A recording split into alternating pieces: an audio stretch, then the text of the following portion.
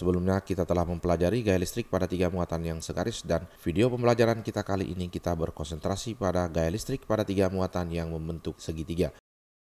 Perhatikan 3 muatan listrik di bawah ini. Ini ada 3 muatan listrik. Q1 bermuatan listrik negatif, Q2 bermuatan listrik positif, dan Q3 bermuatan listrik positif, dan letaknya membentuk segitiga, di mana ketiga muatan ini diletakkan pada masing-masing sudut segitiga ini.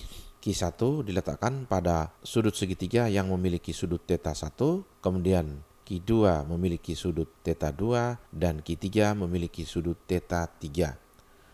R12 merupakan jarak antara Q1 dengan Q2, R23 jarak antara Q2 dengan Q3, dan R13 adalah jarak antara Q1 dengan Q3. Tujuan pembelajaran kita kali ini adalah kita dapat menentukan resultan gaya listrik pada masing-masing muatan. Dengan demikian maka kita harus meninjau satu persatu ya. Dan mulai pertama adalah kita tinjau muatan Q1. Perhatikan muatan Q1. Antara muatan Q1 dengan Q2 terjadi gaya listrik tarik-menarik. Artinya bahwa muatan Q1 ini ditarik oleh Q2. Kenapa? Karena antara Q1 dengan Q2 berlawanan jenis. Dengan demikian maka vektor gaya listrik pada Q1 oleh Q2 arahnya menuju ke Q2. Dengan kita gambar seperti ini vektornya, ini anak panah dan ini kita beri nama F12. Gaya listrik pada Q1 oleh Q2 dan nilainya dapat kita tentukan F12 sama dengan K kali Q1 kali Q2 bagi R12 kuadrat. Kita lanjutkan, antara Q1 dengan Q3 terjadi gaya listrik tarik-menarik juga. Dengan demikian maka vektor gaya listrik pada Q1 oleh Q3 arahnya adalah menuju atau mendekati Q3 ya. Dan kita gambarkan vektor warna kuning seperti ini, dan ini kita beri nama F13. Di mana besar dari F13 bisa kita tentukan dengan menggunakan persamaan F13 sama dengan K kali Q1 kali Q3 bagi R13 kuadrat. Bagaimana kita menentukan resultan gaya listrik pada muatan Q1? Ya, perhatikan sebelum kita menentukan resultan gaya listrik pada muatan Q1, kita gambar dulu vektor resultannya. Kita menggunakan pola jajaran genjang yang telah kita pelajari pada materi penjumlahan vektor di kelas 10. Yaitu dengan cara kita menarik atau membuat suatu garis putus-putus yang sejajar dengan F12 dan melewati ujung dari vektor F13 seperti ini. Kemudian garis berikutnya sejajar dengan F13 dan melewati vektor F12.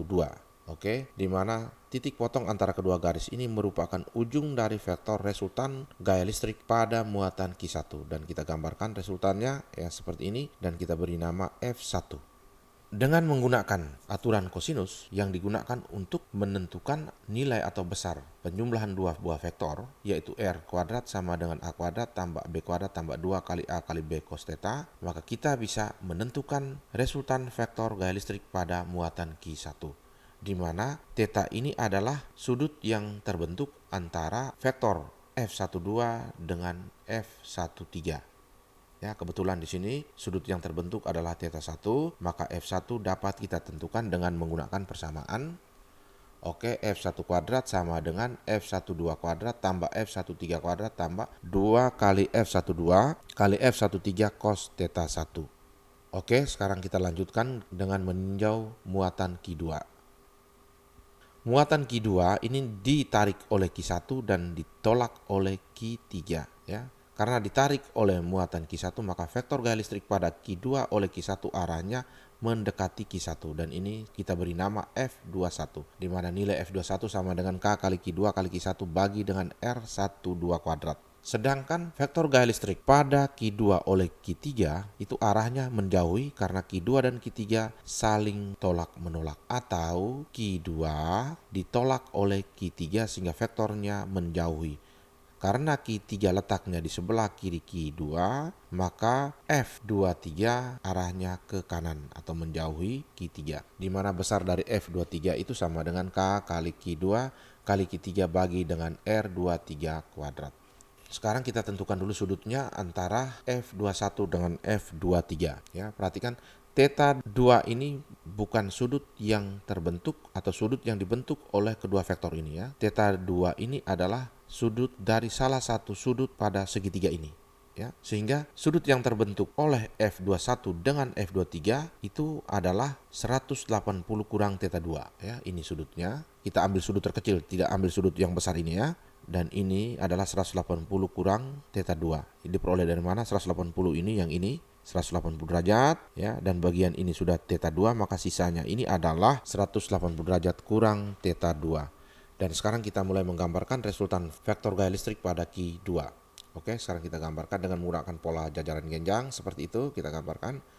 Oke, dan ini vektornya, dan ini adalah F2 atau resultan gaya listrik pada muatan Ki 2, di mana dengan menggunakan persamaan dari aturan kosinus, maka nilai dari F2 itu dapat ditentukan dengan cara F2 kuadrat sama dengan F21 kuadrat tambah F23 kuadrat tambah 2 kali F21 kali F23 cos 180 kurang theta 2. Oke, sekarang kita lanjutkan dengan meninjau Ki 3. Ini kita perhatikan Ki 3. Nah, Ki 3 ini ditarik oleh Ki 1, maka vektor gaya listrik pada Ki 3 oleh Ki 1 arahnya mendekati atau menuju Ki 1. Dan sekarang kita gambar, oke. Ini F31. Kenapa Ki 3 ditarik oleh Ki 1? Di mana nilai dari F31 sama dengan K kali Ki 3 kali Ki 1 bagi R13 kuadrat. Antara Ki 3 dan Ki 2 terjadi gaya listrik tolak-menolak. Dengan demikian maka Ki 3 ditolak oleh Ki 2 sehingga vektor gaya listriknya menjauhi Ki 2. Ya, menjauhi Ki 2 seperti ini vektor gaya listrik pada muatan Ki 3 oleh Ki 2, dan ini diberi nama F32. Dan nilai F32 dapat ditentukan dengan menggunakan persamaan hukum kolom, yaitu F32 sama dengan K kali Ki 3 kali Ki 2 bagi R23 kuadrat. Setelah itu kita menentukan sudut yang terbentuk atau sudut yang dibentuk oleh F31 dan F32 ya, yaitu 180 kurang theta 3 ya. Kenapa? Ya, ini 180 derajat dan sudut ini adalah theta 3, maka sisanya ini adalah 180 derajat kurang theta 3. Dan kemudian kita gambarkan resultan gaya listrik pada muatan Ki 3 dengan menggunakan pola jajaran genjang, dan ini adalah F3.